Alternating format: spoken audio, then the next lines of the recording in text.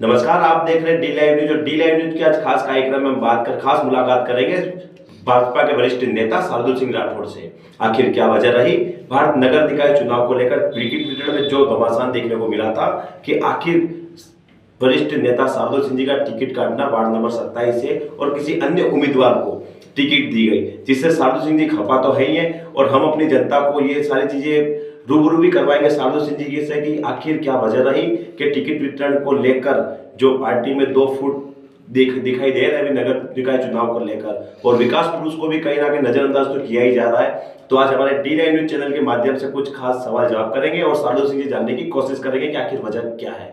तो वैसे D live news channel में आपका बहुत बहुत स्वागत है। हमारा पहला सवाल यह रहेगा कि बीजेपी में आपको टिकट क्यों नहीं दिया गया? देखिए, बीजेपी में लोकतंत्र करीब करीब खत्म हो चुका है। जो कार्यकर्ता 35 सालों से लाइन में लगे हुए हैं, जिन्होंने काम किया है, जो जनाधार वाले हैं, उनको टिकट नहीं दिया गया है। दूसरा ये है कि उन व्यक्तियों को टिकट इसलिए नहीं दिया गया कि जो पार्षद जो कैंडिडेट खड़े हुए थे या टिकट मांग रहे थे, तो निश्चित ही दूसरे और कार्यकर्ता जो दिख रहे हैं, जो पार्षद सामने की तरफ, वो बिल्कुल दिख रहे हैं कि कहीं ना कहीं ऐसे कार्यकर्ताओं को टिकट दी जिनका भारतीय जनता पार्टी से कोई लेना देना नहीं, ऑफिस कार्यालय कहाँ है वो नहीं जानते, भारतीय जनता पार्टी के सिद्धांत नहीं जानते। ऐसे व्यक्तियों को टिकट देकर अपने जो बड़े जो नेता हैं डूंगरपुर के, उन्होंने अपने दाएं बाएं अगल बगल वालों को टिकट दिया गया।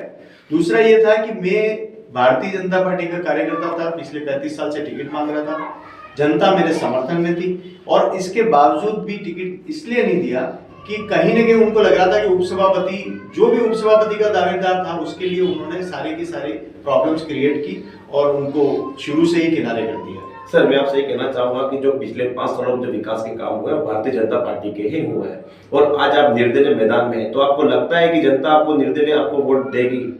देखिए, मैं मानता हूं कि पिछले 5 साल जो कार्यकाल रहा है, बहुत ही स्वर्णिम कार्यकाल रहा है। मैं नहीं बोलता, ये डूंगरपुर का बच्चा बोलता है, इसमें कोई शक नहीं है कि भारतीय जनता पार्टी के बोर्ड ने ही ये काम कराया है। लेकिन सर, जब भारतीय जनता पार्टी का बोर्ड पिछले 20, 25, 30 साल से है, तब तो वैसे कोई काम नहीं हुए विकास के। अभी ये जो काम हुए वो मैं एक ही आदमी को उपलब्धि मानता हूँ, ये कि जो पूर्व हमारे चेयरमैन साहब थे के गुप्ता साहब, मेरी ऐसी सोच है कि उनकी वजह से ही आज ये डूंगरपुर का शहर का नजारा बदला हुआ है। तो ये बात भी आपके सामने कि भारतीय जनता पार्टी के जो पूर्व सभापति थे के गुप्ता, उन्होंने भारतीय सभापति का नेतृत्व और कमान संभालते हुए डूंगरपुर में विकास के कार्य किए, लेकिन ये भी कहीं ना कहीं देखने को मिल रहा है कि इस पूरे चुनावी सभाओं में, इस पूरे प्रचार प्रसार में सभापति पूरी तरह से गायब दिखाई दे रहे हैं। ऐसा क्यों? देखिए, ये भारतीय जनता पार्टी का एक नेचर रहा है संगठन का कि जो काम करता है, जो जनाधार बनाता है, ऐसे व्यक्ति को हमेशा किनारे कर दिया जाता है। आप देखिए, आप उनके पोस्टर गायब है।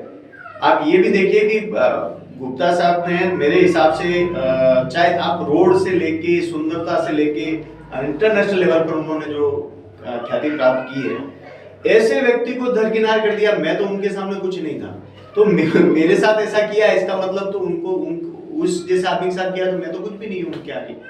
और उन्होंने जो काम करा है, उनकी अगर भारतीय जनता पार्टी व्यक्तिगत उपलब्धि अपनी खुद की मानती है तो मैं नहीं मानता, क्योंकि ऐसे बोर्ड पहले भी रहे 15-20 साल तक। और मेरी ये सोच है कि जिस प्रकार से टिकट दिए गए हैं, निश्चित ही निर्दलीय इस समय भारी है और मैं जनता से ये कहूंगा कि आप चेहरा देखकर वोट करें। इस बार आपको जरूरत नहीं है बैनर देखने की, क्योंकि हम लोग कोई मोदी जी का इलेक्शन नहीं लड़ रहे हैं, मोदी जी को वोट नहीं दे रहे हैं। हम अपना फेस देखकर, जो कार्यकर्ता है, जो काम करने वाला व्यक्ति है, ऐसे व्यक्ति को वोट करें। ये मैं सारी जनता से, डूंगरपुर की जनता से अपील करता हूँ। निश्चित ही मेरी अपनी सोच है कि जनता देख रही है और समझ रही है कि किस व्यक्तियों ने विकास कराया और कौन अपने सिर पर सेहरा बांधने को बेताब है। तो सर, ये तो साफ तौर पर देखा जा रहा है कि जो टिकट वितरण हुआ उससे आप काफी नाराज हैं और अब आप एक भारतीय जनता पार्टी के वरिष्ठ नेता के तौर पर मान जाते हैं। डूंगरपुर में आपका एक नाम भी है, फिर भी आपका नाम काटना पार्षद टिकट के लिए तो बहुत बड़ी बात हो गई है। देखिए, टिकट जो दिया गया है, आप देखिए, मैं ये नहीं कहता, मैं किसी व्यक्ति विशेष या जाति विशेष के खिलाफ नहीं हूँ, लेकिन मेरा ये कहना है कि आरक्षित वर्ग को मौका हर जगह मिलता है और जहां पर सामान्य वर्ग का चांस मिलता है, कम से कम आरक्षित वर्ग के व्यक्ति को उस पर टिकट नहीं देना चाहिए। और इस बार भारतीय जनता पार्टी ने अपने सारे जो नियम हैं वो सब ताक में रखकर उन्होंने अपने चहेतों को टिकट दिला दिए, वो दाएं बाएं, कोई चमचा है, कोई इस तरह के लोगों को टिकट दिला दिया, कोई नौकरी करता है, कोई क्या करता है। तो सर अभी आपने ये भी देखा था कि टिकट वितरण में जो भारतीय जनता पार्टी कार्यालय में कांच फोड़े गए थे, शीशे फोड़े गए थे, वो किन लोगों का विरोध था? देखिए, मैं ये नहीं कहूंगा कि विरोध तो बहुत जबरदस्त हुआ था, और उसका कारण यह था कि जो भारतीय जनता पार्टी की जो सच्चे कार्यकर्ता थे उनको टिकट नहीं दिया गया। तो स्वाभाविक है बोलना, कांच जहां तक फूटने का सवाल है, मेरी अपनी राय है कि शायद वो धक्का मुक्की में फूटा है, बाकी उसके अलावा उनका हक है।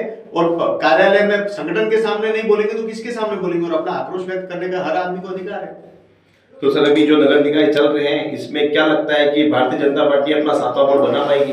मेरी सोच ऐसा है कि भारतीय जनता पार्टी भी जो जिस तरीके से उन्होंने टिकट वितरण किया, उससे ऐसा लगता है कि शायद पेच फंसेगा और निर्दलीय कहीं ना कहीं बेहतर स्थिति में है, और भारतीय जनता पार्टी के लिए मुश्किल परिस्थितियां पैदा हो रही है। कितनी सीटें निर्दलीय उम्मीदवार ला सकते हैं? मेरी सोच है करीब 25-26 निर्दलीय उम्मीदवार खड़े हुए हैं। शायद मेरी अपनी सोच है कि ये 15 के आसपास जो है ये आंकड़ा जा सकता है। सर आपका जो 27 नंबर वार्ड है विजयगंज कॉलोनी से, उसके बारे में आपकी क्या राय है, जहां से आपने निर्दलीय पर्चा बना है? देखिए, विजयगंज कॉलोनी बहुत ही अच्छी जगह है, जहाँ 23 नंबर वार्ड था, जो मेरा ही वार्ड था, और उसके 2 भाग हुए थे।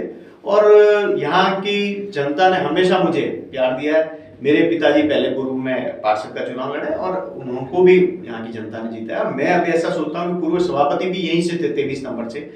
और एक हम एनर्जेटिक पर्सन है के गुप्ता साहब, और मेरी ये सोच है कि मैं उनको देखते हुए ये सोचता हूँ कि मैं भी एक एनर्जेटिक तरीके से उनके मार्गदर्शन में जो उन्होंने काम करा है, विकास के कार्य को बढ़ावा देंगे और लोगों की सेवा करेंगे। सर इसी बीच एक सवाल और भी है कि आपने अभी वार्ड नंबर 28 से आपकी वाइफ का भी निर्दलीय टिकट बनवाया, उसका क्या कारण है?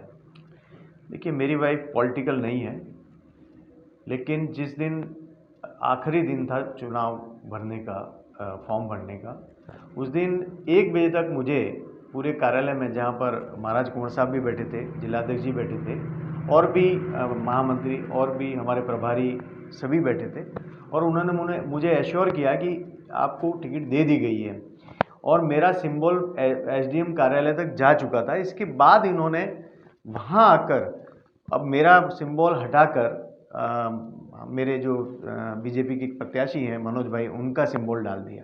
तो इनकी जो चालसाजी थी वो मेरे कुछ दिमाग में आ रही थी, तो मैंने उस पर्पज़ से किया था कि कहीं ना कहीं, अच्छा मुझे ये भी कहा गया था कि आपके सामने यदि कोई आप निर्दलीय भी भरोगे, आपको सिंबल नहीं भी मिलेगा, तो आपके सामने किसी भी बीजेपी के प्रत्याशी को हम खड़ा ही नहीं करेंगे। तो इस तरीके से मेरे साथ धोखा किया गया, और उस वजह से मैंने ये डिसीजन लिया था कि शायद मैं अपनी पत्नी का, और मेरी पत्नी पॉलिटिकल नहीं है, लेकिन मैंने अपनी पत्नी का भरवाया ताकि कम से कम एक बैलेंस बन जाए। और ये वार्ड नंबर 23 है, वो मेरा अपना ही है। उसके आज 2 पार्ट हुए, 27 और 28, कोई अलग नहीं है दोनों वार्ड।